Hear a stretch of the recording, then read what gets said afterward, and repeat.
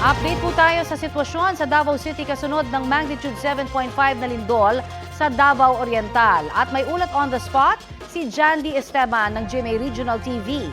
Jandy? Yes, Connie, 9:44 ngayong umaga natin naramdaman ang pagyanig ng 7.5 magnitude na lindol dito sa Davao City.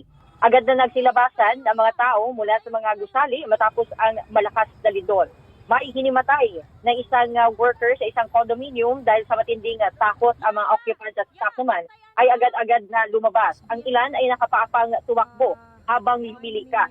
Nagsuspende na ng klase at trabaho ang lokal na pamahalaan upang magsagawa ng rapid damage assessment sa mga infrastruktura at mga pasilidad sa lungsod. May nakuha tayong informasyon, Connie, na may estudyante na nasugatan sa isang paaralan dito sa Davao City. Kinukumpirma pa natin yan sa CDRRMO. Yan ang latest pala dito sa Davao City. Balik sa'yo, Connie. Yes, Jandy, sa nakikita natin sa video, no, talagang naglabasan na yung mga tao sa iba't ibang mga gusali. Sabi mo nga, ano yung sitwasyon ngayon? Kalmado na ba? O talagang nananatili pa rin sila magpahanggang sa ngayon sa labas ng mga kani-kanilang gusali dyan?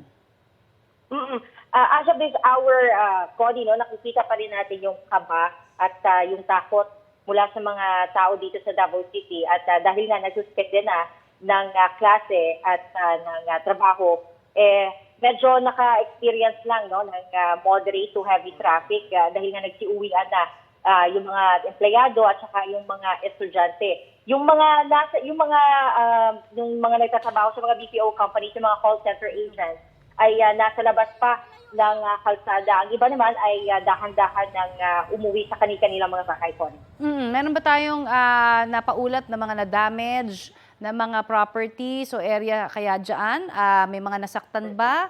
O kasi yan talaga yung syempre ayaw natin sanang mangyari ano at mabalita, pero baka meron ka ng update kung meron man.